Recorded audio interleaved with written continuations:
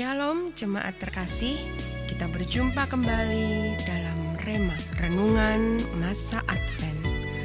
Renungan ini disadur dari Renungan Natal dari Christianity Today, Masa untuk Takjub. Selamat mendengarkan, Tuhan Yesus memberkati. Renungan hari ini adalah dengan tema membuka jalan bagi rencana Allah yang sempurna. Diambil dari Lukas pasal yang pertama ayat 14 sampai yang ke-17. Demikian bunyi firman Tuhan. Engkau akan bersukacita dan bergembira, bahkan banyak orang akan bersukacita atas kelahirannya itu. Sebab ia akan besar di hadapan Tuhan, dan ia tidak akan minum anggur atau minuman keras, dan ia akan penuh dengan Roh Kudus mulai dari rahim ibunya.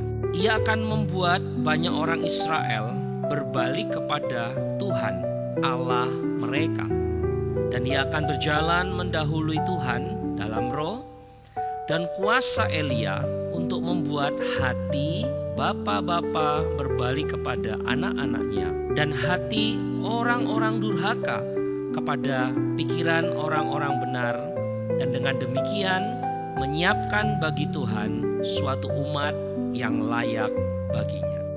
Saudara terkasih, ada sesuatu dari gagasan tentang memulai dari nol yang membuat saya ingin lari dan bersembunyi. Sebagai seorang perfeksionis yang sedang dalam pemulihan, saya menyukai rencana yang tersusun dengan indah, yang dapat mengartikulasikan semua seluk-beluk tentang bagaimana segala sesuatu seharusnya berjalan. Bagi saya, memikirkan untuk menjadi orang yang membuka jalan tanpa panduan atau tanpa buku aturan, ini adalah sesuatu yang sangat menakutkan. Apakah Anda pernah mengalaminya? Atau mungkin Anda pernah menjadi orang yang disebut sebagai orang pertama di dalam keluarga Anda. Contohnya, orang pertama yang lulus perguruan tinggi, orang pertama yang pindah keluar kota, atau orang pertama yang menjadi pengikut Kristus. Saudara terkasih, inilah posisi yang dialami oleh Yohanes Pembaptis. Bahkan sebelum ia dilahirkan, di dalam Lukas pasal pertama ayat 17, kita mendapati malaikat Tuhan mengumumkan bahwa Yohanes akan menjadi pendahulu. Ia akan berjalan mendahului Tuhan dalam roh dan kuasa Elia untuk membuat hati bapa-bapa berbalik kepada anak-anaknya, dan hati orang-orang durhaka kepada pikiran orang-orang yang benar. Dengan demikian menyiapkan bagi Tuhan suatu umat yang layak baginya. Yohanes diserahi tugas yang sangat terhormat, dan saya yakin itu tugas yang tidak mudah, yakni mempersiapkan orang-orang untuk menyambut Yesus, Mesias yang dijanjikan. Tugas yang berat, bukan?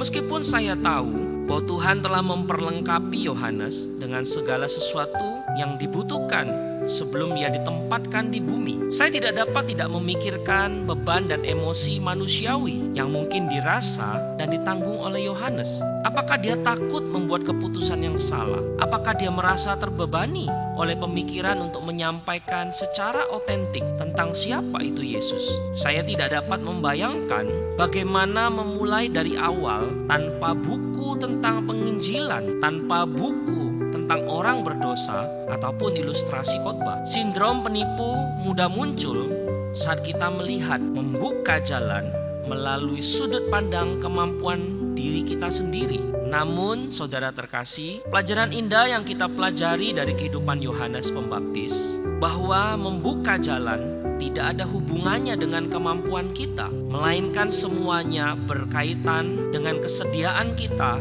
terhadap panggilan Tuhan. Menjadi bejana yang siap dipakai memberikan kita hak istimewa untuk terus bekerja sama dengan roh yang bekerja dalam diri kita. Ketika kita bekerja berdasarkan kolaborasi tersebut, tidak ada tugas atau panggilan yang terlalu besar untuk Allah selesaikan. Saudara terkasih, Allah memakai pasangan lansia yang tidak diduga-duga, dan bayi mereka sebagai bejana untuk menyebarkan kabar baik tentang datangnya Sang Juru Selamat dunia. Meskipun hal itu pasti akan terlihat berbeda dalam kehidupan kita, tentu akan sangat menguatkan ketika merenungkan bagaimana Allah mengundang kita secara pribadi untuk menjadi bejananya selama masa Advent ini dan seterusnya. Melalui silsilah Yesus, jelas bahwa Allah berkenan untuk bekerja melalui kisah-kisah kita yang tidak sempurna dan tidak lazim untuk memancarkan terang dan kasih-Nya. Bahkan sekalipun itu berarti